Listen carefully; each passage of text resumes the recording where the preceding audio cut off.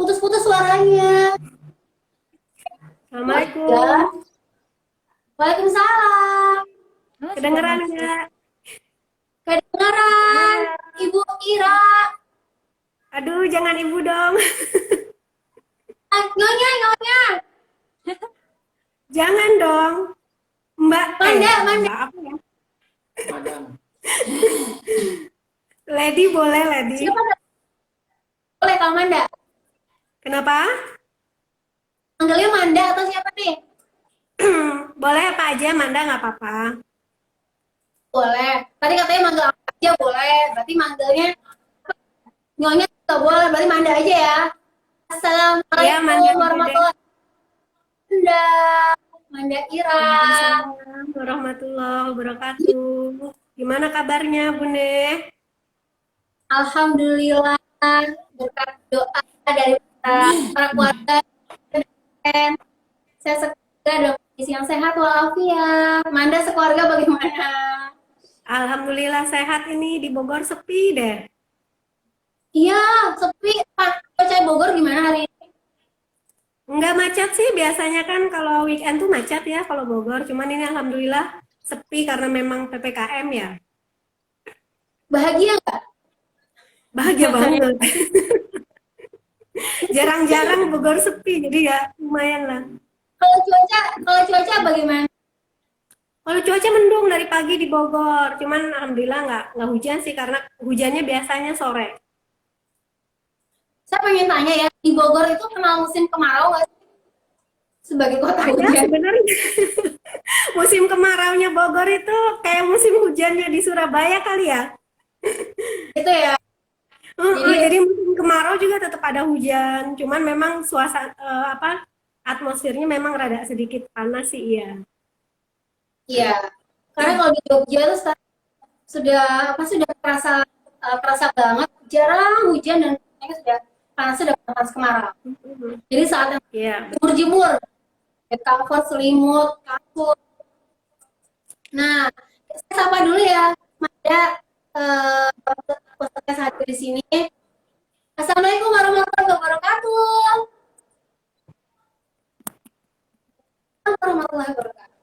Ketemu lagi di Peppermint Live ya, perempuan-perempuan bercermin. Jadi kita hadir di sini bukan karena kita paling oke, paling keren, paling tahu atau paling pintar, tapi kita semua di sini untuk sharing, untuk berbagi dan kita bercermin. Bagaimana sih sebenarnya menyikapi tema-tema yang dibawakan tiap Sabtunya kan berbeda-beda ya.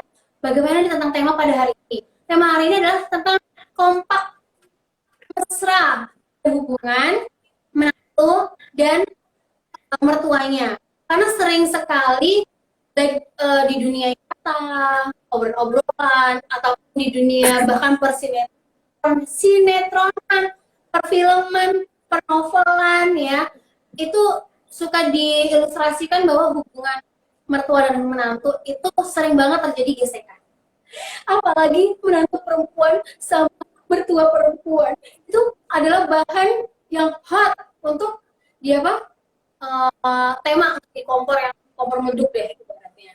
Nah, tapi apa iya gitu kan? Karena pilihan tinggal sama tua itu kan ada pilihan yang kadang-kadang ada karena apa sih, karena situasi ya, karena situasi tertentu. Jadi apakah iya kalau tinggal sama mertua itu berarti nggak apa nggak mandiri atau manja atau seperti apa. Nah, ini saya hadirkan langsung. Jangan sampai yang bicara itu kan nggak tinggal sama mertua ya. Nah, ini saya hadirkan langsung yang sudah nyemplung basah kuyup di tengah kita semua, Manda Dwi Ira yang ada di Manda.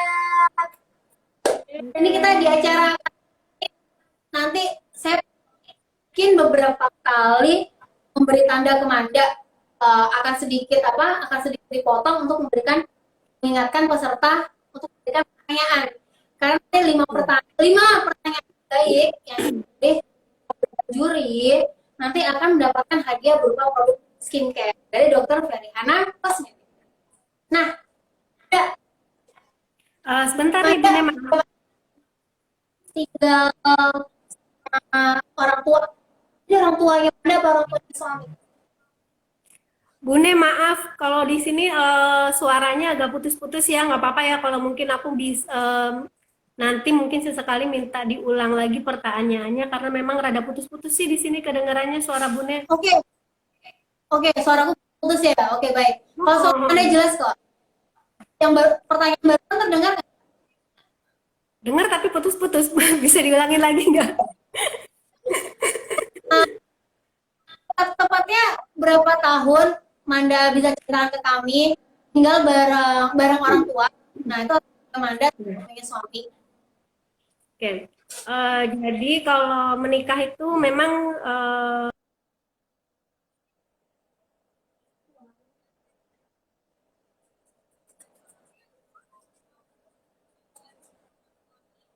Halo?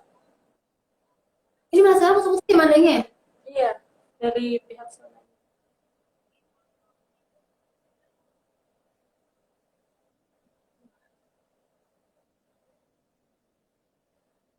Manda, iya, Bune. suaramu, ya, suara dan videomu tadi terputus di awal. Tadi putus lagi. Oke, sudah nyambung lagi ya. Maaf ya, mungkin di sinyalnya kurang bagus ya. Ya, oke, balik lagi. Jadi intinya saya dan suami sudah tinggal sama mertua. Mertua ini dalam sisi mertua saya ya. Jadi adalah orang tua suami itu udah ya dari tahun 2007 berarti. 2007. Ya, Lama ya, 2007. keren. Ya, ya, dari tahun 2007. Ceritain dong Manda, kenapa tinggal bareng? Kenapanya ya? Karena memang Ya, awalnya kita tinggal di Malang. Kedengeran nggak suaranya? Oke, jadi kedengeran? kita memang awalnya tinggal di Malang itu 2 tahun, karena saudara-saudara suami juga sudah menikah semua dan orang tua sendirian dengan kondisi rumah yang besar dan nggak berpenghuni, akhirnya kan ya sudahlah, orang tua meminta untuk kita balik lagi ke Bogor gitu. Jadi akhirnya ya udah kita tinggal di Bogor dan akhirnya suami mulai nyari kerja lagi di Bogor. Yang tadinya kerja sudah di Malang, kita di situ ngerintis bisnis, mau nggak mau ya kita balik ke Bogor. Bukan balik sih ya sebenarnya karena memang nggak pernah tinggal di Bogor. Jadi kita putuskan untuk tinggal di Bogor akhirnya. Di Malang itu, kalau Manda aslinya berarti dari Malang ya? Oh enggak, kalau aku aslinya dari Sidoarjo, jadi Jawa Timur. Karena kebetulan kuliah di Malang, kan biasa ya kalau anak kuliah itu kan kalau udah kuliah di situ, cinta dengan kota itu akhirnya memutuskan untuk tinggal. Iya, Cinlok. Kayak saya juga Cinlok sama Jogja. Dari Lampung, 2010 ke Jogja, akhirnya Cinlok. Sampai sekarang nggak pulang-pulang. Halo Manda,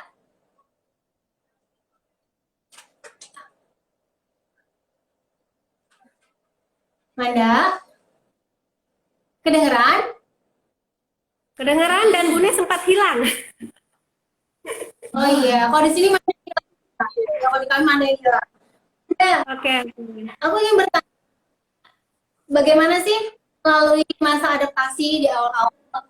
Kalau kalau lihat dari usia kan kayaknya berarti 2007 itu Manda juga masih usia yang 20 berapa ya berarti ya? 20 an ya? 23. 23. 23 ya? Nah, Ya. bagaimana sih melalui masa adaptasi tersebut ya kan? Ketika pertama kali tinggal dengan mertua. Jadi memang awalnya mungkin ini yang perlu kita garis bawahin ya buat teman-teman yang lagi ikut sharing kita, tinggal sama mertua itu kan banyak ya jenisnya, di tiap keluarga itu kan beda. Ada yang mungkin tinggal keluarganya bareng satu atap, ya satu atap dan satu Iya, dapur. Ada yang hanya sebelahan mungkin, jadi disebut tinggal mertua karena itu rumahnya mertua, tapi sebenarnya beda-beda dapur, beda kamar, beda ruangan lah istilahnya, kita punya privasi sendiri. Ada juga yang tinggal sama mertua tuh bisa diartikan memang benar-benar eh, tinggal bareng gitu ya. Yang tadi di awal tadi adalah satu atap dan satu dapur, dan yang satunya lagi satu kompleks sebenarnya. Nggak jauh-jauh, cuman disebut tinggal karena memang dia tinggal nyebrang aja mungkin, aku tinggal jalan kaki aja mungkin nitipin anak kan kayak gitu kan bisa juga ya. Nah kalau di kasus aku waktu itu kita memang tinggalnya di awal-awal itu hanya sekitar 1 sampai 3 bulan ya. Kita tuh tinggal satu atap banget dan masih dalam satu dapur. Hanya mungkin di sini, mungkin Bude kan pengennya kan gimana manajemennya ya waktu itu kan ada kalau perempuan kan ada pekerjaan rumah mungkin, ada masak mungkin yang harus dibagi-bagi gitu kan. Nah, qadarullah waktu itu orang tua masih ada asisten di situ 3 orang. Jadi memang kalau untuk pekerjaan rumah memang nggak terlalu ribet sih masalahnya itu ya. Nah, setelah di bulan sekitar 3 bulan ya, kalau nggak salah ingat itu kita baru tinggal di rumah sebelah. Jadi masih rumahnya mertua, tapi karena rumahnya nggak terpakai dan nggak ada yang pakai, akhirnya kita ya udah silahkan tinggal di situ, diperbolehkan untuk membangun dapur dan sebagainya. Cuman intinya masih sering karena memang tiap hari harus bolak-balik karena kita sering ngobrol gitu kan. Dan itu memang salah satu cara mendekatkan diri dengan mertua yang tadinya kita jarang ketemu karena satu di Malang, satu di Bogor gitu kan, sama mertua kan, jarang ketemu banget ya. Paling nelpon, kalau nelpon karena waktu di awal-awal nikah itu kan kita nggak terlalu dekat sama mertua, pasti kalau nelpon suami yang ngobrol sama ibu gitu kan. Cuman alhamdulillahnya tiap kali kita nelpon kita selalu melibatkan. Jadi ketika suami nelpon ibu mertua selalu dilibatkan, mama mau ngomong nggak sama Ira, Ira mau ngomong nggak sama mama, selalu seperti itu. Dan itu sebenarnya tujuannya adalah untuk menjaga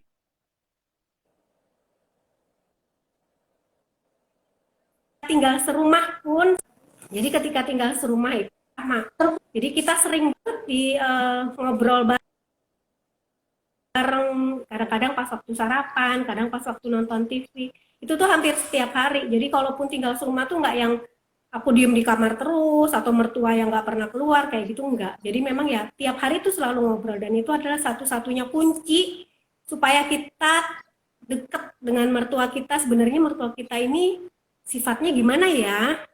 Di balik sifat itu ada sejarah apa ya gitu kan? Nah itu tuh digali dan itu butuh waktunya memang nggak bisa sehari 2 hari seperti itu. Berarti kalau bisa dibilang tuh masa adaptasi di sini juga hampir sama ya ketika kita beradaptasi dengan lingkungan baru ya. Kayak Manda kan pindah tuh dari Malang ke Bogor. Kalau cuaca mungkin mirip-mirip nggak sih? Kalau cuaca Bogor sama Malang Mirip. Nah, mungkin karena cuaca nggak banyak penyesuaiannya di komunikasi dengan yang saya garis bawahi dari cerita Manda tadi adalah di yang sekarang ini setelah 3 bulan tinggal bareng itu berarti sekarang connecting room gitu ya, ada pintu terhubung ke tempat mertua, tapi sekarang dapur terpisah gitu kan, kamar terpisah, toilet terpisah dengan ruangan ya mertua. Berarti kayak pavilion gitu ya, gabung gitu. Halo, masih putus Manda. Dan yang bisa tadi yang disampaikan oleh Manda itu adalah walaupun tadi sudah mulai dapur sendiri, tetap harus ada intensitas pertemuan. Jadi dia nggak di kamar aja, mertua juga nggak di kamar aja, ada ketemuan sarapan bareng gitu ya. Aku jadi ingat sinetron ini, zaman dulu sarapan bareng, sambil ngobrol, nonton TV bareng, itu memang ada momen pertemuan dan ngobrol dengan mertua kita.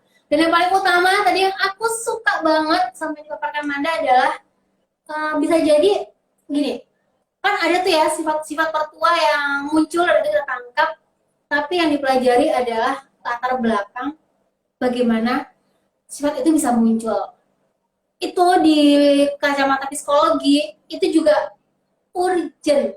Jadi sikap dan kepribadian seseorang itu pasti punya latar belakangnya.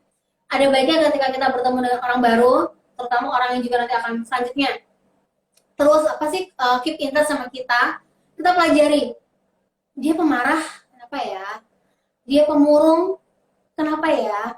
Dia orangnya mudah menyalahkan orang lain, kenapa ya? Dia orangnya mudah apa ya, tersinggung. Kenapa ya? Jadi selalu ada alasan di balik sikap, karakter, dan kepribadian seseorang. Jadi Gali itu juga, ini kita belum ngomong lagi ya? Belum, tadi udah tak undang. Saya Amanda diundang lagi, takutnya putus lagi. Wah. Ini kita kalau kayak gini, contoh menyalahkan orang lain apa coba? Ini providernya jelek nih. Aduh, karena cuaca panas, apa? Aku jadi nggak bisa ke rumah kamu gitu kan.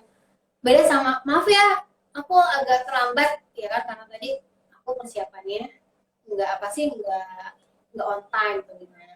Itu kan berarti dia mengevaluasi dari dirinya sendiri. Kita kan pasti bertemu dengan aneka karakter. Orang-orang belum nyambung juga.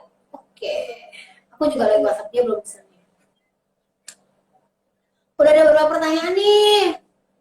Kalau Anda jarang punya waktu sama mertua, karena mertua selalu pergi ke sawah. Kalau main ke rumah mertua tuh kayak tamu. Ini juga kejadian di saya. Ada beberapa orang ya yang mungkin bisa beradaptasi, tapi adaptasinya lambat. Saya termasuk orang yang adaptasinya agak lama, terutama ke keluarga suami. Jadi di awal-awal, dan itu bisa jadi karena beberapa hal sih. Pertama, ini kalau bahasa saya, pertama karena kita jarang ketemu. Kalau jarang ketemu tuh kan pasti mau nggak mau memang kita jadi nggak ada kesempatan untuk saling observasi, saling mengenal. Lalu waktu itu di awal pernikahan juga kami tipe pasangan yang jarang telepon, akhirnya kayak gitu deh. Akhirnya semakin jauh dan susah mengenal. Ketika komunikasi sudah lancar, sudah ada video call, sudah ada WhatsApp, sudah mulai cair kan, tahu tuh karakter Mbak yang ini. Kamu Manda, tadi putus ya? Iya nih, nggak tahu. Maaf ya, maaf banget. Mohon maaf ya teman-teman. Iya, tadi saya habis menggarisbawahi bahwa ada beberapa hal yang saya suka, bahwa di balik sikap atau watak seseorang, kita juga patut melihat latar belakang kenapa sih dia bersikap seperti itu. Itu penting banget. Di psikologi juga ada beberapa hal yang digarisbawahi seperti itu. Mana lanjut lagi ya, Meda? Boleh. Tadi sampai mana ya? Ya intinya itulah. Intinya awal-awalnya gimana menyikapi adalah pertama dengan banyak komunikasi. Jadi kalau kita pun sekarang mungkin ada teman-teman yang lagi nggak tinggal sama mertua, jauh, bukan berarti kita nggak sama sekali komunikasi dengan mereka. Jadi kalau suami sedang nelpon, kita juga harus ikut nimbrung gitu. Apalagi sekarang kan ada video call ya. Kalau dulu kan belum ya, masih hanya telepon aja. Kalau sekarang jadi kalau nelpon itu bareng-bareng gitu. Jadi ya ada anak, ada suami, ada kita juga. Jadi mertua tuh istilahnya oh iya, jadi nggak cuma ngomong sama anak aja gitu kan. Jadi itu makin dekat. Apalagi kalau sekarang bisa hubungan tuh istilahnya video callan bisa tiap hari, mungkin kan udah jauh dari orang tua, nelponnya cuma seminggu sekali gitu kan. Ya bisa lah 2 hari sekali, 3 hari sekali, dan itu waktu yang tepat kita buat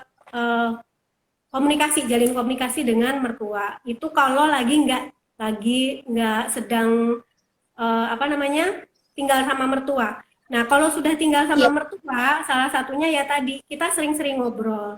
Dan sering-sering ngobrol itu istilahnya nggak dibuat kaku ya. Jadi ketika ya duduk mungkin lagi nonton TV, lagi apa, komentarin apa, ngobrol-ngobrol. Kadang-kadang orang tua kita tuh seneng kok diajak ngobrol, karena memang semakin tua seseorang itu kan pertemanan mereka kan semakin sempit ya.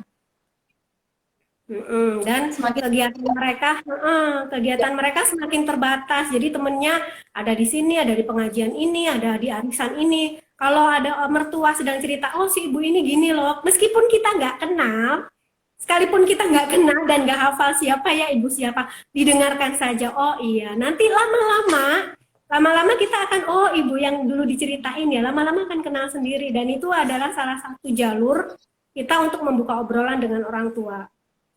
Seperti itu. Manda butuh contoh dong. Kadang-kadang kalau apa sih masih apa ya, kok masih pemula itu kan perlu contoh yang teknis ya. Tema obrolan apa yang pernah Manda pakai untuk ngobrol ke mertua? Temanya. Kadang kita nggak jadi yang ujuk-ujuk datang terus ngobrolin sesuatu yang apa ya, kayak yang udah dipikirin dari awal di rumah, misalkan mau ke rumah mama gitu misalkan, terus dari rumah tuh udah mikir mau ngobrol ini tuh enggak sebenarnya. Jadi ya kita datang aja terus duduk-duduk aja gitu kan, mungkin orang tua kita sedang makan atau mungkin sedang nonton, ada sedang nonton lihat handphone gitu ya. Nah, kadang-kadang tuh kan suka nyeletuk ya, ada komentar-komentar gitu ya dari orang tua. Nah, itu kita bisa ikutan tuh komentarin gitu kan. Kalau biasanya sih mungkin karena kebetulan ibu mertua aku tuh orangnya ngomongnya alhamdulillah ya, jadi nggak usah dipancing tuh udah ngomong sebenarnya. Jadi kadang-kadang apa yang diobrolin tuh ngalir aja gitu. Kayak misalkan, Ra ini makan nih ada ini gitu. Oh ya siapa mah beli di mana gitu. Kadang-kadang sebenarnya kita nggak pengen tahu sebenarnya gitu ya. Kalau ngikutin sifat asli, Ngikutin hawa nafsu. kenapa? Ngikutin hawa nafsu nggak pengen tahu ya, yang penting santainya enak aja. Iya bener, karena kan kalau dari sifat karakter aku sebenarnya orangnya tuh males ngobrol sebenarnya ya. Cuman jadi kalau ada apa ya udah dimakan, males beli di mana sih? Siapa sih yang masak? Siapa sih yang ngasih? Ini orangnya gimana, itu sebenarnya aku males banget. Cuman kalau kita cuman gitu kan jadi nggak ada obrolan ya, akhirnya mau nggak mau, oh siapa mah yang ngasih, si ibu ini tuh yang mana ya, yang ini loh gini gini gini, oh ya yang ngaji di sini bukan itu yang arisan, akhirnya ngalir aja gitu dan lama-lama kita hafal sendiri gitu kan ya, seperti itu awalnya kayak gitu. Kenapa? Dan Manda ini karena Manda ini adalah teman di sosial media saya, dia sekarang malah jadi pernah ya ada beberapa acara jadi asisten ibu mertua ya, ikut acara reuni ibu mertua bagian fotografi gitu ya. Iya benar. Jadi gini, jadi kalau di aku itu tugasnya ipar. Jadi ada ipar itu memang yang dari awal nikah sudah ikut arisan. Jadi sama mama mertua tuh ditarik, yuk ikutan gitu kan. Akhirnya ikut arisan. Makanya ketika aku masuk situ, Ira ikut arisan? Oh enggak, sudah ada ipar yang ikut gitu ya. Nah, yang bagian aku misalkan ada kegiatan apa yang ipar di situ nggak bisa, kita ngegentiin gitu kan. Jadi, yuk ke undangan, ikut ke undangan, Pak ini. Kita nggak kenal, sebenarnya nggak kenal. Cuman karena sama mertua ini undangan untuk keluarga, dan ini kenal Bapak, biar tahu anak-anak Bapak, oke kita ikut. Jadi kadang-kadang kalau ke undangan tuh rombongan memang ya, dulu ya, karena memang kalau bapak mertua itu banyak teman dan banyak kenal saudara baik. Jadi kalau ke kondangan itu semua diajak untuk memperkenalkan sebenarnya ini anak pertama, ini anak kedua, dan kita ikut gitu. Meskipun nantinya kalau di luar pun kita kalau ketemu dengan orang tersebut kita nggak hafal, it's okay gitu. Nanti paling biasanya, iya, kalaupun diceritain lagi sama mama mertua kadang kita suka lupa. Si Pak ini yang mana ya, dan itu kita jangan sok diem aja, oh nggak kenal gitu, jangan seperti itu. Jadi sekalipun kita nggak hafal, tanya lagi aja, yang mana ya mah, lupa lagi gini nanti diceritain lagi gitu, semacam itu. Berarti bisa disimpulkan kalau yang masih bingung nih ya, yang masih bingung cari tema obrolan, cara yang terdekat adalah hal-hal yang disukai oleh mertua kita. Contohnya kalau mertua suka masak, apalagi bawa apa, seputar resep, enak banget mah resepnya apa, cie. Kayak masak itu kadang cuma kayak di share di Facebook ya, cuma resep, tapi cuma buat didengar doang, mau dibaca doang, tapi kayak praktek. Atau ke bercocok tanam, tanya seputar tanaman atau apa. Nah, jadi harus pintar-pintar cari tema obrolan yang yang remeh-temeh sekalipun nggak apa-apa kok. Gimana? Yang remeh-temeh sekalipun nggak apa-apa kok. Jadi kalau misalkan belanja gitu, kita tadi misalkan ke kemana ya, ke supermarket, misalkan ada yang ada diskon, kasih tau aja, mah tadi ada diskon loh di sini gini-gini, itu seneng loh mertua, meskipun kita sebenarnya juga malas gitu ya ngomong, cuman harus dipaksakan gitu, ada diskon di sini, yang mana sih gini. Oh iya deh gini, nah, kemarin mama beli berapa, kita beli segini gitu, itu seneng orang tua diajak ngomong kayak gitu. Senang ada pembanding lebih murah Rp10.000 gitu. Iya, ya sama-sama perempuan kan sebenarnya. Anda kalau tinggal bareng di tahun 2007 pasti sih kayaknya eh, bisa jadi Manda pernah kan apa ya, terjadi konflik atau hal-hal yang apa ya, luka sama dengan mertua, itu solusinya gimana? Cepat suami atau akhirnya minta maaf pribadi itu gimana? Kalau konflik, jadi kalau konflik maksudnya kita sampai saling, kalau di sinetron itu kan kadang suka lebay ya, terlalu berlebihan. Jadi mertua sama anak tuh sampai marah-marahan, itu tuh sampai kayak yang jambak-jambakan, sampai bentak-bentakan kayak gitu ya. Padahal sebenarnya kayaknya ya, kalau di kehidupan nyata pun kita kan nggak bisa, kalaupun konflik tuh nggak bisa sampai verbal seperti itu. Jadi mungkin konfliknya terkait apa ya, hal-hal yang nggak seperti di sinetron gitu, yang kita bisa ngomong vulgar kayak gitu. Contoh paling real misalkan dulu saya kan udah pakai gamis ya, istilahnya jilbab gitu dengan kerudung panjang, sementara mertua belum, mertua dan ipar-ipar semuanya belum gitu. Jadi mereka masih pakai kerudung yang pendek, masih pakai celana gitu kan. Dan itu sering banget jangan pakai baju gitu dong, kan kayak ibu-ibu kayak gitu ya, semacam itu ya. Karena memang pemahamannya masih berbeda waktu itu ya, kan masih banyak proses gitu ya. Nah kalau kayak gitu biasanya sih kalau dari aku sendiri, selama itu nggak sampai keluar dari jalur cara menyampaikannya, oh iya, kadang-kadang aku langsung jawab aja. Jadi misalkan mama bilang gini, Ira pakai baju ini nih, mama beliin baju atasan misalkan ya.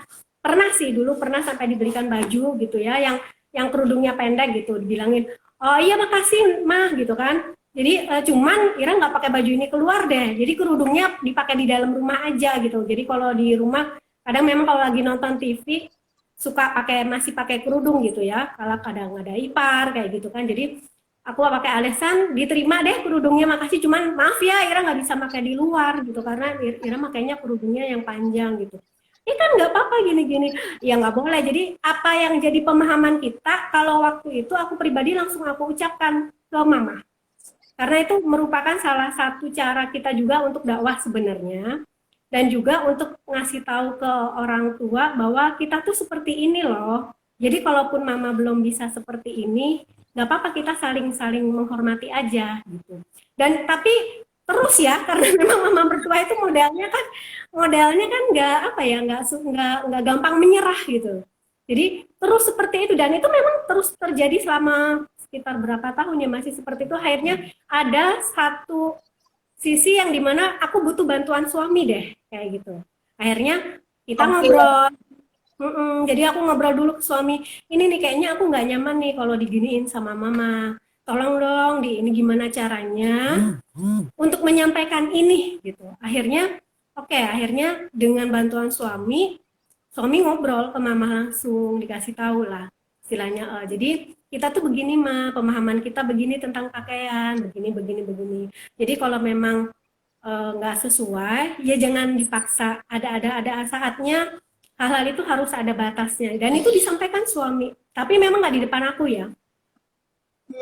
Jadi memang itu berarti harus ada kekompakan ya dengan suami ya, karena nggak jarang di konsultasi psikologi saya itu adalah ketika si istri cerita kalau dia ada konflik sama mertua alias orang tuanya si suami, yang terjadi adalah si suami ini malah membuat blog terus dengan orang tuanya, akhirnya si istri yang dipojokkan, ya kan? Ini mungkin strategi yang bisa dipakai kalau sudah kompak, ada sama suaminya ada kompak. Iya, itu peran suami itu besar banget ya sebenarnya. Kalau kita kan di sini menempatkan mertua perempuan dengan yang lagi kita bahas ya. Sekarang mertua perempuan dengan mantu perempuan kan ya. Dan itu posisi suami sebagai anak kandung itu sebenarnya sangat besar sekali untuk menjaga keharmonisan antara istrinya dan ibunya. Setuju banget. Setuju banget. Jadi kalau aku pribadi karena memang aku orangnya karakternya, biasanya kebanyakan orang Surabaya karakternya ngomongnya belak-belakan. Jadi kalau memang ada sesuatu yang ingin aku sampaikan dan itu masih bisa aku sampaikan Dalam artian tuh, oh ini aku masih di ranahku nih, bisa aku sampaikan langsung ke mama mertua, aku sampaikan langsung. Cuman ketika yang udah nggak bisa, oke deh, ini udah terus-terusan seperti ini, aku sampaikan bolak-balik masih seperti ini, kayaknya aku butuh bantuan. Nah, ketika butuh bantuan seperti itu, kita juga obrolin ke suami gitu, supaya suami tahu ini posisinya seperti ini. Cuman masalahnya kadang-kadang itu ada banyak kalau perempuan tuh suka terlalu berlebihan ya. Jadi ketika menyampaikan ke suami itu ada mungkin dilebih-lebihkan. Mungkin yang tadinya ibunya sebenarnya ngomongnya biasa aja dibuat lebay gitu, misalkan ngomongnya Kasih sambil drama ya. iya, dibuat drama gitu, ngomongnya sambil sewot misalnya, ngasihnya sambil ngelempar misalkan gitu ya gitu. Nah, itu jangan dibiasain seperti itu ya. Mama-mama. Saya nggak kemana, saya nggak.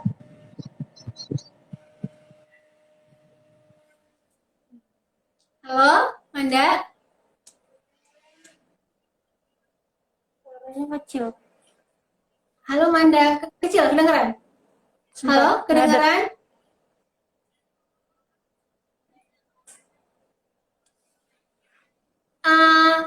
Saya, Manda, kalau udah terdengar, silakan suaranya bergabung lagi. Sudah? masih ngadet. Hilang lagi ya. Yang hilang aku ya. Berarti bisa dikatakan dari cerita Manda ini, kalaupun terjadi konflik, pertama kita sebagai mantu jangan baper ya. Jangan Enggak. langsung baper, jangan langsung ngeper. Jadi coba sampaikan secara terbuka. Jadi kalau bahasa psikologi itu sampaikan secara asertif, dengan bahasa yang baik, gestur tubuh yang baik, volume yang baik, ekspresi yang baik pada mertua kita bahwa poin apa yang kita nggak nyaman dan poin apa yang kita inginkan dan bagian apa dari mertua yang masih bisa kita apa sih win-win solution gitu nggak sih Manda? Iya benar.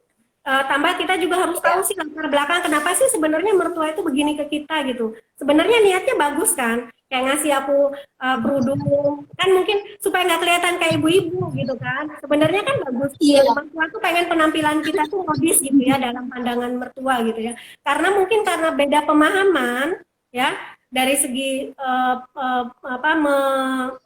memahami yang namanya pakaian gitu ya. Jadi modis itu seperti apa akhirnya kan beda ya, beda standarnya mertua sama aku tuh beda. Nah yang kayak gitu itu kan kita harus paham gitu, oh iya sebenarnya mertua itu pengen kita tuh kelihatan cantik, pengen kita tuh kelihatan rapi, biar kita tuh kelihatan seperti anak muda yang istilahnya siapa sih yang nggak pengen kelihatan cantik dan modis gitu kan gitu.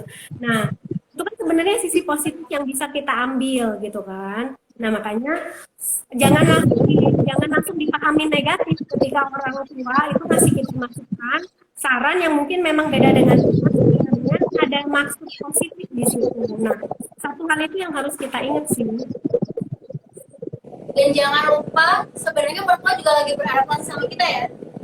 Iya benar. Jadi kita juga pernah jadi beradaptasi dengan kita. Dan di mata orang tua tuh kadang-kadang kita itu kan selalu jadi anak-anak. Makanya tadi ada ungkapan jangan kayak ibu-ibu, karena walaupun saya sudah beranak pinak kayak gini Manda, itu di mata mama saya masih anak dia. Jadi ada beberapa hal tuh yang pasti dia ingin komentari, dia ingin didengarkan ya, hal seperti itulah. Ya paham banget. Jadi bisa kita garis bawahi di sini, sampaikan dengan asertif, jujur kepada kita apa ya hal yang tidak kita nyaman, apa yang kita inginkan, dan juga poin mana yang masih bisa untuk win-win solution. Manda, kita nyambi ke pertanyaan ya. Boleh. Oh, dong. Pertanyaan pertama dipilih nih dari Pramesti. Ini benar sih pertanyaan yang aku tanyain benar ya?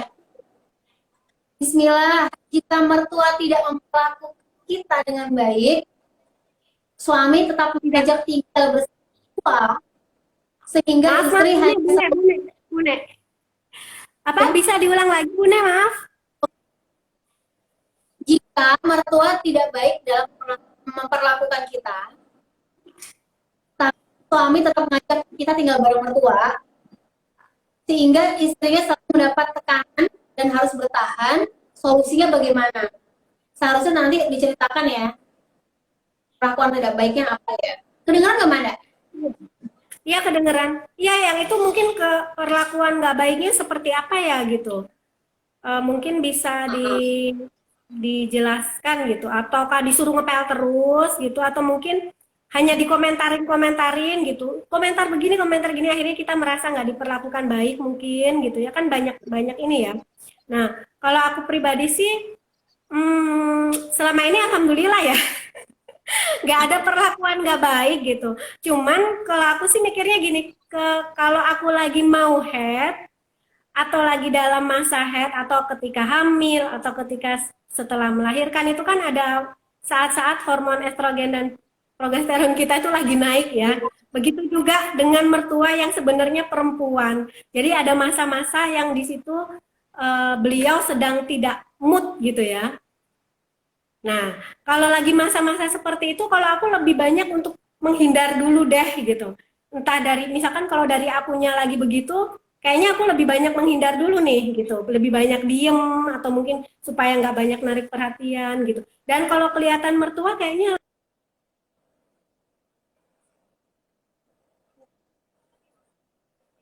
ini lagi nggak benar nih, kita jauh aja deh ngambil jarak dulu untuk sementara.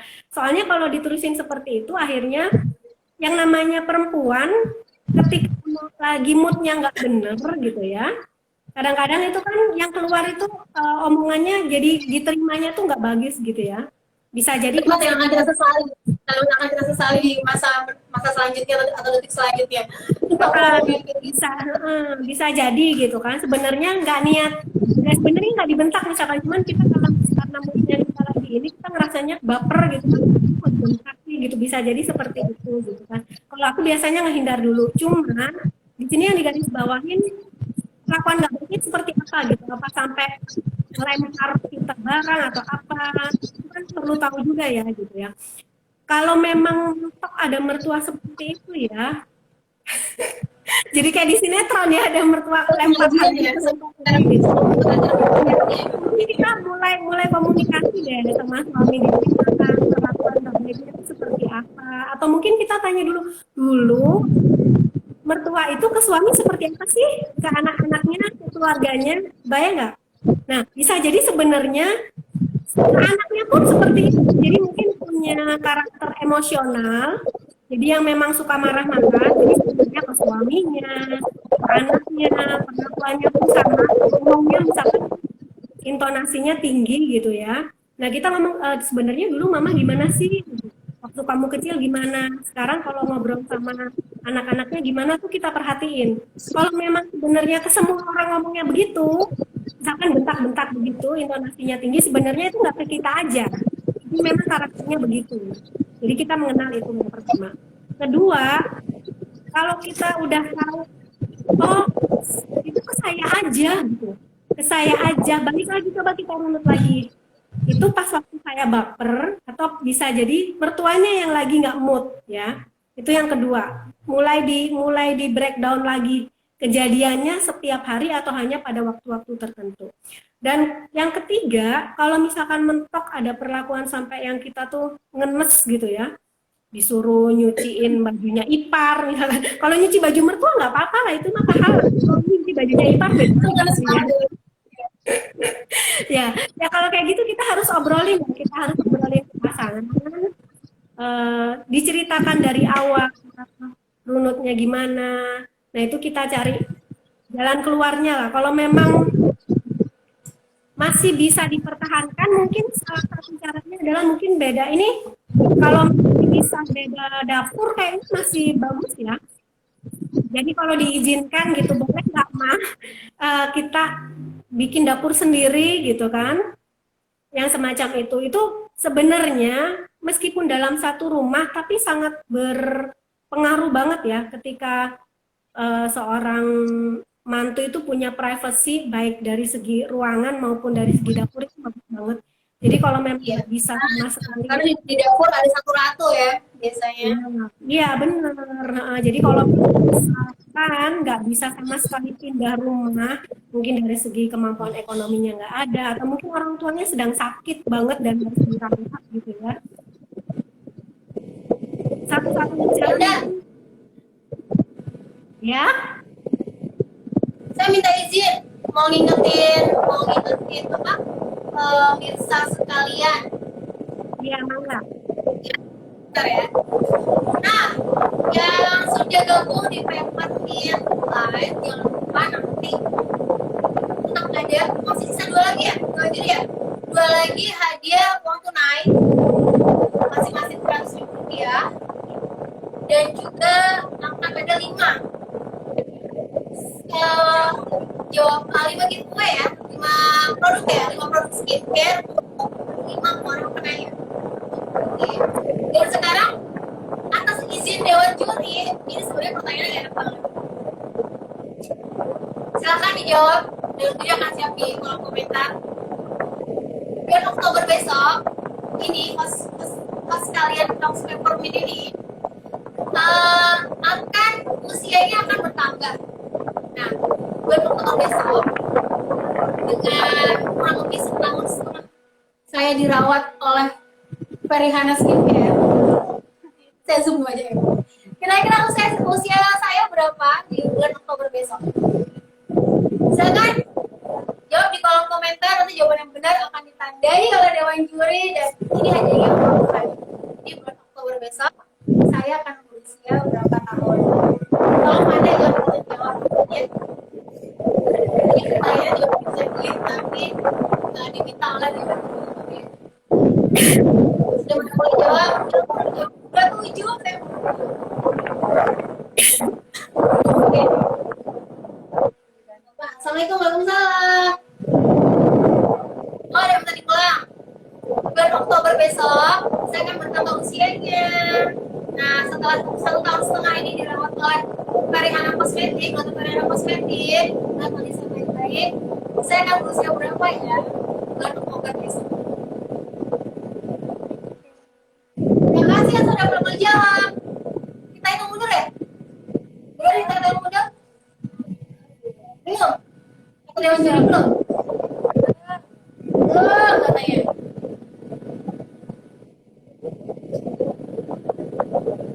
Siap? Sudah? Ini sudah ada deh. Oh, lanjut terusnya nggak apa-apa ya? Biar jawaban terus aja ya. Sambil jawab terus, nanti kita pertanyaan kedua Anda. Dari Lani hingga Rani ya. Bagaimana cara mengatasi kecemburuan mertua kepada anak laki-laki yang melakukan istrinya? Kecemburuan gimana? Kecemburuan gimana? Kecemburuan mertua perempuan terhadap anak laki-laki dia yang sekarang sayang sama istrinya. Cemburunya gimana nih contohnya? Ah, kita masa harus nanya ke dia, mana nih cemburunya gimana nih? Mungkin cemburunya, saya contohin aja ya. Saya pura-pura jadi mertuanya deh.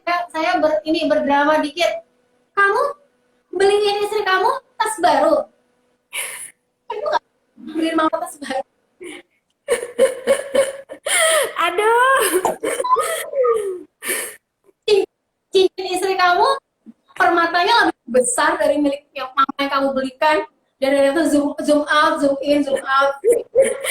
Iya. Sinetron banget. Gimana Iya. kalau kecemburuan kamu? Sebenarnya ini aku nggak tahu nih, aku layak untuk menjawab apa enggak. Cuman memang alhamdulillah aku belum pernah dibegitukan. Ya. Makanya kalau ngambil dari pengalaman, sebenarnya aku nggak ada pengalaman seperti itu gitu ya. Cuman malah kalau kita seringnya kalau ada rizki, ketika suami ingin membelikan kita apa, kita biasanya kita ingetin dulu, mending beliin mamah dulu deh, ditanya. Jadi yang nanya-nanya gitu tuh bukan suami, tapi kita. Jadi bukan suami, mama mau apa, jadi kita yang buka obrolan, mah kita ada rezeki nih, mama mau ini tuh untuk membuka komunikasi kita dengan mertua juga. Jadi sebenarnya itu kan suami itu kan anak kandung ya, yang ngomong ke mertua itu kan harusnya suami ya, ketika minta apa gitu. Cuman ada waktu-waktu di mana ketika menantu itu sebenarnya boleh loh ngambil porsi untuk ngobrol seperti itu. Kita kasih tahu aja, mama, ini si emas misalkan ya, manggilnya abang atau siapa, ini ada rizki, pengen ngebeliin mama begini, mama maunya apa ya daripada nanti nggak kepake kayak gitu. Kalau kita yang ngomong langsung, mertua kita akan merasa oh ini menantu merhatiin juga nih ternyata ya gitu ya.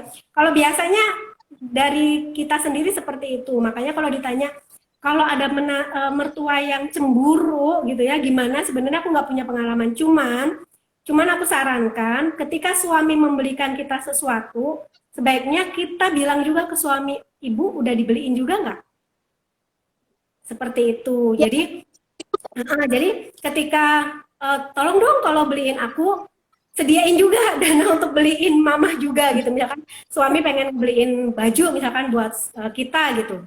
Dibeliin, tolong dong buat mama dibeliin juga. Kita ngingetin gitu. Istilahnya kita ingetin. Dan yang ngasihnya nanti kita. Nanti kita ngasih ke mertua, mama, ini nih ada itu baju kemarin dibeliin sama abang, kebetulan ngebeliin saya misalkan ya. Nah ini ada juga buat mama. Jadi apa yang suami beliin buat istri sebisa mungkin ibu juga dikasih. Dan itu kalau suami nggak inget, kita harus ngingetin. Saranku sih seperti itu kalau memang mertua kita masih yang model-modelnya suka cemburu pengen dibeliin gitu ya. Makanya di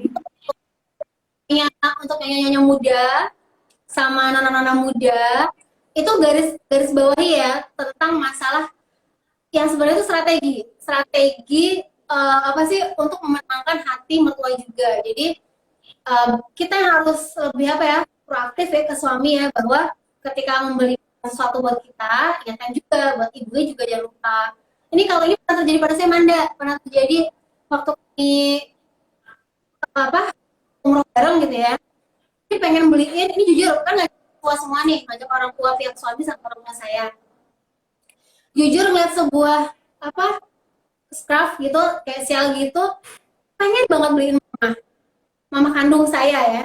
Tapi kan inget ya kalau beliin mama kandung gak beliin mertua itu juga nanti akan terjadi efek yang efek yang tidak baik kan.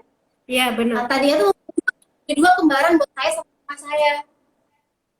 Lalu berpikir ya lebih baik kembarin mama saya sama ibu mertua ya kan, saya beli yang lain aja. Jadi kalau saya bahasakan itu juga strategi kalau kita masih punya dua orang ibu, yaitu ibu yang melahirkan kita sama ibu yang melahirkan suami kita. Jadi kadang-kadang memberikan juga mereka sebuah barang yang bisa mengikat hati ya. Jadi ketika saya bilang ke mama, ini aku beliin ini, tadi beli juga loh buat mama, apa sih mamahnya Babe ya kan, namanya Mas Jamil, kembaran loh, warnanya beda. Pas ke ibu mertua juga saya ngasih dan saya bilang demikian, Bu, ini saya beli ini, terus saya beli juga buat mama, kembaran cuma beda warna aja. Iya benar. Mereka pakai barang Dan enak itu banget. nggak perlu ini sih, kalau menurut aku nggak perlu harus sama banget mereknya. Maksudnya gini, kalau kayak kosmetik ya, kan kalau misalkan ibu mertua kita makainya misalkan kosmetiknya Dokter Ferihana misalkan, ternyata mertua kita udah lama generasinya pakai Viva, ya berarti jangan dipaksain juga harus pakai ini. Jadi sesuai dengan kebutuhan aja gitu. Jadi ini buat istri pakai kosmetiknya ya memang yang biasanya, buat mertua biasanya gitu kan. Yang kayak gitu nggak masalah gitu. Jadi nggak harus yang ini. Intinya ketika seorang suami memang mau punya budget untuk membelikan istrinya, ingat juga tuh ada ibu dan ibu mertuanya. Kayak gitu memang ini banget. Apa sih kadang-kadang kadang bukan tema sensitif ya, tapi kadang-kadang ingin membuat mereka biar bahagianya bareng aja sih itu aja. Iya Dan benar. supaya nanti ketika jadi oke. Manda, sebelum ketiga, saya ingin sedikit improvisasi. Setuju atau tidak setuju? Biasanya ini kalimat dari orang Indonesia ya, bahwa di satu atap itu idealnya hanya ada satu nahkoda yang suka dibahasakan. Berarti kalau di dalamnya itu ada dua anak berarti sudah menikah, berarti kan ada 4 orang ya, berarti ada 3 nahkoda kan dengan sebab mertuanya. Maka itu bukan sebuah kapal yang baik. Itu menurut Anda gimana? Setuju atau tidak setuju? Enggak. Tidak setuju karena Tergantung sih, asal kita punya batasan masing-masing. Jadi memang selama kita memperlakukan orang tua kita masih orang tua dan kita punya apa ya namanya istilahnya ketika kita punya keluarga ya keluarga kita. gitu kan? Meskipun kita tinggal dengan mertua. Jadi apapun keputusan yang itu terjadi di keluarga kecil kita, ya tetap kita yang ngambil keputusan. Mertua beda lagi orang tua gitu ya. Nah itu bukan berarti kita nggak sama sekali apa ya, itu bukan kapal yang bagus gitu, nggak juga. Tergantung, setiap orang punya tanggung jawab dan punya batasan untuk yang di situ kita nggak boleh ngulik-ngulik di situ. Nah, begitu juga dengan tinggal dengan orang tua. Kalau memang idealnya sih pisah sendiri-sendiri, idealnya ya, idealnya seperti itu. Cuman memang tiap orang kan punya kondisi beda-beda. Mungkin orang tuanya sudah sepuh banget, harus dirawat kayak gitu ya. Atau mungkin dari segi ekonominya memang daripada ngontrak mahal sementara rumah orang tua sebesar apa itu nggak dipakai kan sayang juga gitu kan.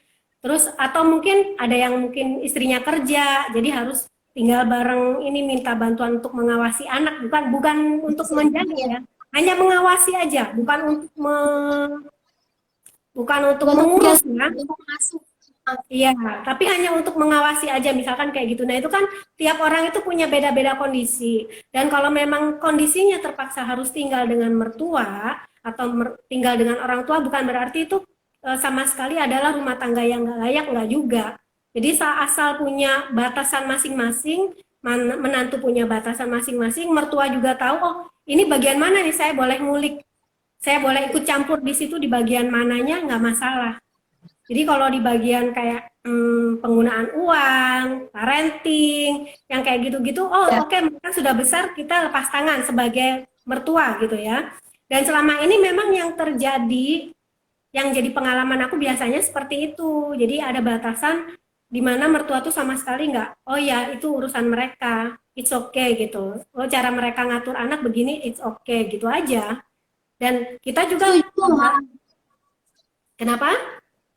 Ya setuju Manda. Jadi soal masalah ya ada beberapa ungkapan yang apa sih kadang kita dengar dari kecil ya, yang itu hanya mengambil beberapa contoh yang mungkin tadi kurang sukses dalam manajemen, ada pasti manajemen di rumah mereka yang masih ada bapaknya, masih ada anak-anaknya yang mereka tinggal bareng di sana. Manda, kita pertanyaan selanjutnya ya Manda. Boleh. Ya. Kak, kasih tips dong buat yang belum menikah, persiapan untuk menenangkan hati calon mertua. Skill apa harus dimiliki untuk menenangkan hati calon mertua? Skill maksudnya? Ya, persiapan skill deh. Skill komunikasi. Skill komunikasi itu nomor satu. Kalau mungkin orang mikir skill masak, skill bersih-bersih, skill ini. Yang nomor satu yang pasti itu skill komunikasi dan adaptasi. Udah itu. Manda, bersih-bersih penting. Penting. Tapi kalau nggak pintar komunikasi, orang tuanya ngomong gini, udah deh kita udah baper duluan, beres. Ya kan? Banyak yang pintar masak, tapi cepet banget kesulut emosi gitu kan. Nah, salah satunya skill yang mantep itu adalah komunikasi. Jadi ya. Oke, Nona. Jadi baik saya ataupun Manda itu di masa gadis kami sebenarnya sudah mendapatkan mata kuliah tentang komunikasi, sudah ikut beberapa pelatihan komunikasi. Tapi percaya deh, pengalaman terbaik itu adalah jam terbang. Ketika memang kita bertemu langsung, terjun langsung. Jadi mungkin sebaiknya sebelum ketemu dengan mertua, perbaiki juga komunikasi dengan orang sekitar kita ya, orang tua kandung kita, atau Pak D kita, Bude kita, mungkin seperti itu Manda ya. Karena mereka kan juga contoh dari orang. Jadi latihan skill komunikasi dasar. Nanti ketemu sama mertua itu luwes, lidahnya lancar. Rasanya seperti itu. Betul. Bukan berarti nggak perlu skill ini ya, bukan berarti nggak perlu skill masak dan yang lain-lain ya. Cuman itu tahap kan nggak semua orang. Iya, nggak semua orang yang setelah menikah langsung jadi jago masak, nggak semua orang yang setelah menikah jadi jago ngurus anak kan nggak seperti itu juga kan. Jadi itu bertahap. Begitu juga dengan orang tua kita, mertua kita juga nggak jago masak kan. Cuman karena jam terbangnya udah 25 tahun jadi jago gitu kan. Yang sama makanya skill kita untuk merebut hati orang di mana aja, di kantor mungkin atau di sekolah atau jadi guru Salah satunya itu komunikasi. Banyak guru yang pintar ngajar, pintar ngajar fisika, pintar ngajar kimia, matematika, tapi hubungannya dengan murid nggak bagus. Tapi ada guru yang sebenarnya ngajarnya biasa aja, ya kan? Tapi siswa itu ngerasa nyaman sama dia, ngerasa ngobrol sama dia enak gitu. Karena apa? Si komunikasinya, dan cara memahami orangnya dia bagus. Jadi itu sih memang Anda- di semua hubungan ya. Kita mau ke pertanyaan terakhir. Boleh. Bagaimana cara menyikapi mertua yang suka membandingkan menantu? Jadi menantu gak cuma satu nih. Jadi ada istilah nanti ada menantu kesayangan. Selalu dipuji. Jadi gimana cara menyikapi kalau punya mertua yang seperti itu? Cara menyikapinya, pertama kita deketin dulu mantu-mantu yang lain. Jadi sesama menantu harus kompak. Ya, kalau mantunya sama-sama perempuan, misalkan kita mantu perempuan, ada mantu perempuan yang lain, 2 orang, 3 orang, 5 orang, intinya kita di situ bikin geng, ya. Kalau bisa bikin grup WA sendiri. Iya bener, aku bikin grup WA sendiri loh sama ipar-ipar. Jadi ada grup yang di situ judulnya cekrek-cekrek lebaran. Nama grupnya tuh cekrek-cekrek lebaran, sebenarnya tujuannya dibikin buat kalau kita pergi kemana-mana itu kan suka foto-foto ya. Jadi share-sharenya itu di WA gitu. Nah itu isinya cuma menantu aja bertiga gitu ya. Nah iya, jadi kalau pertama itu bukan masalah dengan mertua dulu yang kita urusin, tapi kita harus ngedeketin mantu-mantu dulu nih. Bukan kita yang ngedeketin, artinya gini, kita membina hubungan dengan mantu-mantu yang lain gitu, entah itu adik ipar kita, entah itu kakak ipar kita. Kita kan sama-sama mantu, kita sama-sama apa ya istilahnya di sini orang dari luar, sama-sama perempuan, sharing lah, kok mama gini ya, gini-gini. Kalau kita saling deket, akhirnya nanti kita masing-masing bisa saling menguatkan. Jadi ketika mertuanya begini ke menantu A, misalkan ngomongin menantu A ke menantu B, jadi kita tuh bisa ngebantu misalkan, kok ini gini ya gitu, si dia begini. Kita tuh bukan malah manas-manasin, karena kita sesama menantu yang punya nasib sama, dalam artian dalam tanda kutip posisinya sama. Jadi ketika orang tua sedang menjelek-jelekan dalam tanda kutip atau mungkin sedang laporan gitu ya tentang menantu yang satu lagi, tuh kita bukan manas-manasin, oh iya itu malah begini, itu malah jadi akhirnya runyam.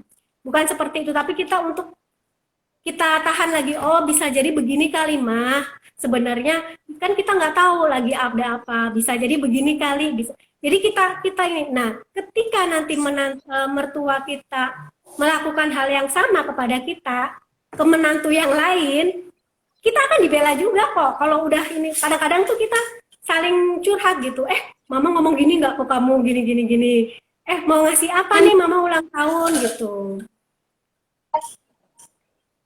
Ya. Saya jadi deg-degan, pengen saya coba tapi takut, pengen saya praktekin tapi takut.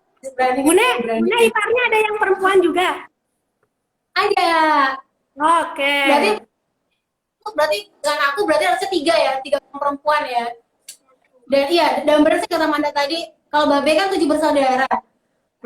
Total dengan aku 3 menantu perempuan, dan aku bahkan nggak dekat sama mereka. Mungkin ya itu PR besar bagiku. Pengen ku coba, doakan ya. Iya dicoba itu sebenarnya masalahnya bukan di mertua sama kita aja gitu kan. Makanya supaya kita dapat temen nih, dapat geng senasib gitu kan. Yuk kita tarik yang namanya ipar-ipar kita nih sebagai sahabat gitu ya. Dalam artian mungkin kita nggak sedekat dengan sahabat kita. Kita kan ada sahabat lain yang mungkin kita biasanya ngajak ngobrol yang lebih dalam lagi dengan sahabat. Cuman bukan berarti kita tuh nggak bisa dekat dengan ipar gitu ya. Ada hal-hal yang kita bisa kita bagi sama ipar gitu ketika kita ngomongin tentang mertua. Ini mama lagi gini nih, bapak lagi gini nih, gimana ya? Nah kayak gitu, atau mama lagi sibuk mikirin menantu yang si C nih gitu. Gimana ya caranya ya kayak gitu. Itu sangat membantu sekali sih pengalaman aku selama ini. Jadi memang mau nggak mau kita harus dekat dengan ipar yang lain gitu. Kalaupun kita nggak ngerasa nyaman, istilahnya ada hal-hal yang memang bisa kita bicarakan dengan dia tentang mertua itu. Bukan berarti dekat kan kita harus ngomongin segala sesuatu kan, nggak juga kan. Jadi memang misalkan kalau kita dekat dengan orang lain kan ada yang dengan sahabat ini kita asiknya ngobrolin ini. Kayak aku sama Bune asiknya ngobrolin ini, sama Ipar asiknya ngobrolin ini kayak gitu kan ini ya. Jadi memang satu tipsnya kalau dari aku pribadi eh, bukan ngebanding-bandingin sih ya, mungkin si mama mertua tuh cerita gitu, oh, mama dapat ini loh dari ini. Oh iya, jadi kalau mama cerita dan menyanjung-nyanjung menantu yang lain, kita tuh jangan sewot gitu, istilahnya kenapa kita harusnya ikut seneng gitu, oh alhamdulillah mama ikut bahagia gitu ya, oh berarti kita bisa ngambil, oh berarti caranya buat bikin seneng tuh seperti ini gitu, kita ambil banyak positifnya lah intinya. Manda, terima kasih ya yang tips barusan. Manda boleh percaya boleh enggak, tapi sekarang saya deg-degan.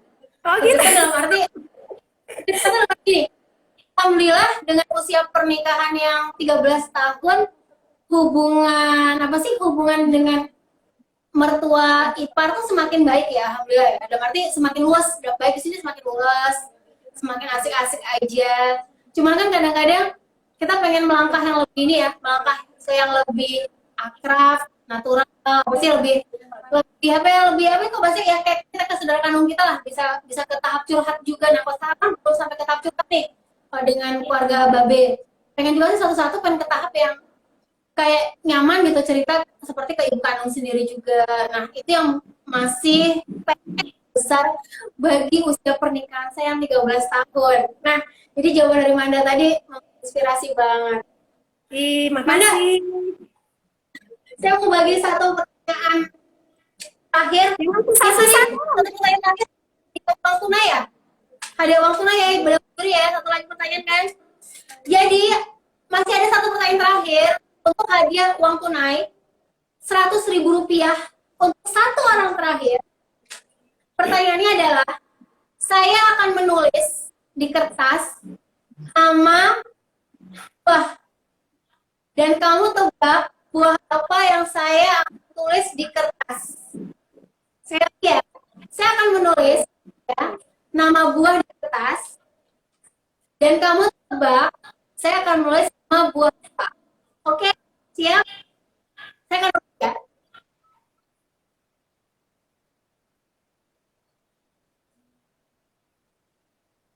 Hanya sekali. Dikasih kata kunci nggak sih? Kasih. Satu. Nanti. Cuma satu kok buahnya. Tulisannya nanti biar dipilih oleh apa? Dipilih oleh dewan juri. Kasih ciri cari ini nggak sih? Nggak usah dikasih ciri, nggak usah dikasih ciri. Apa gitu huruf depannya atau ciri khas buahnya nggak dikasih? Depan. Jangan. Terus tengah. Huruf tengah. Ya, kok. Susah ya. Ini genap. Kalau hurufnya genap gimana? Ciri-ciri aja. Apa ciri-ciri? Ciri-cirinya adalah kecil. Saya menulis sebuah buah, ciri-cirinya adalah kecil. Dipegang terus. Karena sudah pegang terus. Dewan juri sudah saya kasih tahu ya. Ini kan. Oke, lanjut ke Manda. Jadi tema tentang keakraban, apa? Dengan mertua. Ini pada akhirnya ada beberapa yang terlibat ya. Ada. Selain kita pribadi sebagai menantu, ada juga peran suami yang sangat urgent sebagai yang menjembatani kita sama mertua kita atau orang tua dia atau kita dengan ipar. Dan yang kedua adalah skill harus kita miliki jadi menantu. Jadi skill komunikasi ternyata itu yang menjadi utama banget. Karena itu utama, maka latihlah dalam banyak diuji coba ke orang-orang sekitar kita. Lalu setelah itu fokus pada tanggung jawab masing-masing gitu ya Manda ya, fokus pada tanggung jawab masing-masing dan menghormati perbedaan masing-masing. Ada lagi nggak Manda? Yang ketinggalan? Kedengeran? Ya, ada lagi nggak yang ketinggalan? Nggak tahu tadi. Tadi harus ngebina hubungan baik juga dengan ipar. Oh iya, Masya Allah, supaya saya lupa disebut, harus menjalin hubungan baik dengan ipar. Sukma harus menjalin hubungan baik dengan ipar. Oke, lanjut yang keempat apa lagi Amanda? Ada keempat nggak? Ini hubungannya ipar yang sesama perempuan loh ya.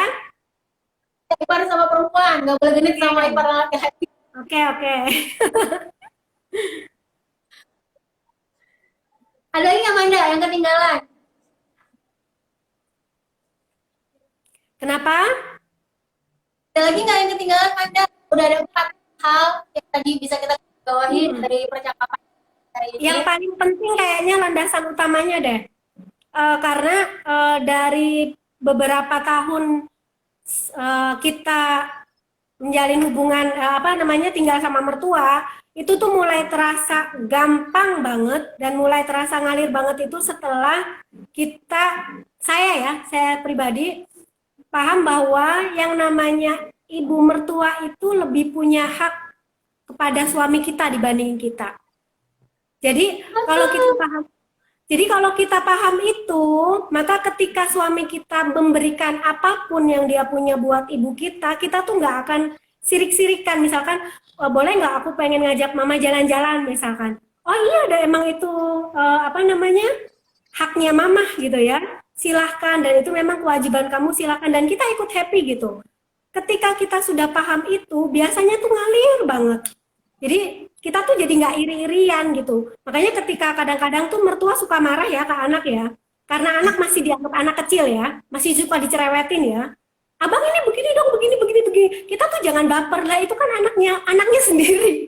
Biarkan saja, kayak kita ngomelin anak kita kan ya udah, itu memang udah biasa seperti itu. Karena memang ada beberapa istri yang ketika suaminya sedang diomelin sama ibu mertuanya, yang istilahnya ibu kandungnya sendiri tuh, istrinya ikut baper gitu kan.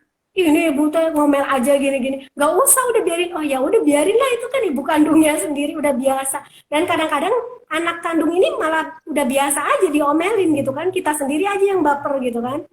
Padahal dianya sendiri yang diomelin, orang yang diomelin ini biasa banget karena memang udah terbiasa dengan karakter ibu seperti itu. Makanya istilahnya kalau kita tahu yang namanya laki-laki, suami kita itu haknya, wajibnya pertama sama ibunya dulu. Kalau kita sudah ingat itu, insya Allah apapun yang dilakukan oleh mertua kepada suami kita nggak akan baper.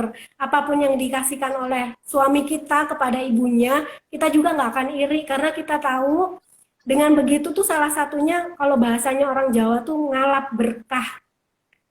Ya, kalau ngalap berkah itu bukan ke orang yang meninggal ya istilahnya. Mumpung orang tua masih hidup, kita cari keberkahan di situ. Kita bikin senang orang tua mumpung masih hidup gitu ya. Entah itu dengan cukup ngajak makan atau keluar, inget gitu. Kalau kita keluar makan kan kadang kita suka keluar makan berdua aja ya. Kita tuh suka ngingetin, beli dong buat mama pakai bakso apa gitu. Yang kayak gitu-gitu kita harus sering ngingetin gitu. Nah di situ tuh yang bisa jadi berkahnya harta suami kita tuh dari yang seperti remeh-remeh itu loh. Karena inget dengan orang tua. Jadi kayaknya itu landasan pertamanya itu deh yang harus dipunya. Kalau sudah punya itu insya Allah tinggal ngalir aja. Makasih Amanda. Itu kalimat terakhir itu mengingatkan saya juga, mungkin saya bagi sedikit karena sudah jam 2:06 nih kepada audiens, bahwa kita punya hati dan perasaan yang memang up and down ya. Saya pribadi juga selalu memahamkan pada diri saya bahwa tetap suami itu setelah Allah, ya kan, setelah Rasul, tetap ke ibumu, baru kita, baru istrinya. Nah, kita sudah paham banget itu, dan selalu ketika suami ada rezeki ngasih ke ibu, jadi ditampar ke ibu dulu gitu kan. Saya juga sering mengingatkan, ini mungkin bisa dipakai atau kamu bisa cari cara yang lain. Dan saya selalu mengingat bahwa salah satu rezeki memiliki suami yang masih punya ibu kandung, dalam arti salah satu rezeki bagi kita perempuan yang masih punya ibu mertua adalah berarti masih ada sosok ibu yang bisa berdoa langsung, dan doanya didengar langsung oleh Allah untuk suami kita. Jadi selalu ingatkan suami kita untuk rajin juga minta doa ke ibunya, karena doa ibu langsung dijabah juga dan didengar oleh Allah Subhanahu wa taala. Jadi anggap itu rezeki juga kita sebagai istri, karena suami kita masih memiliki seorang ibu. Manda, kapan-kapan kita ketemu lagi ya. Saya mau berenang lebih seru juga Anda Insya Allah. mau ikutan dengar pengumuman atau mau live, dipersilakan. Mau penutupan terakhir, mau menyapa dengan sama itu dipersilakan. Live aja deh. Ya intinya gini deh, intinya punten maaf kalau kita sharing bukan berarti aku udah lulus ya, dalam hal ini bukan berarti seperti itu ya. Jadi mungkin karena aku ada pengalaman tinggal sama mertua sekitar berapa ya, 14 tahun gitu ya. Jadi ada banyak makan asam garam, ada banyak hal yang sudah aku lewatin yang mungkin belum teman-teman lewatin gitu ya. Jadi istilahnya kita sharing aja gitu, bukan berarti aku lebih tahu atau mungkin selama ini nggak ada masalah, nggak juga, malah dengan adanya masalah itu, di situ tuh banyak belajar, banyak ngambil hikmah di situ. Nah, di situ kita jadi banyak berkembang istilahnya. Jadi ya bukannya sayanya sudah sempurna ya. Jadi maaf kalau memang mungkin dari jawaban-jawaban tadi mungkin banyak yang kayak kok kayak gampang banget gitu ya ngomongnya gitu ya. Ya semoga teman-teman banyak ngambil inilah, banyak ngambil positifnya aja gitu, dan insya Allah apa yang sudah saya kasih tahu tadi memang udah pernah dilakukan gitu, karena memang tinggal dengan mertua 14 tahun itu kan nggak cuma sehari dua hari gitu, memang banyak asam garam yang memang udah dirasain gitu kan. Istilahnya jangan dianggap paling hebat deh gitu istilahnya gitu. Jadi sharing-sharing aja lah, sharing-sharing. Teman-teman mungkin punya versi lain atau Bunda juga punya ini lain gitu. Makasih banyak gitu sampai ngundang kayak yang udah wah udah ini banget gitu ya. Mungkin itu aja sih. Ya, Yang mohon mana maaf ketemu ya. lagi. Jangan salah ya. Ya, Assalamualaikum. Waalaikumsalam.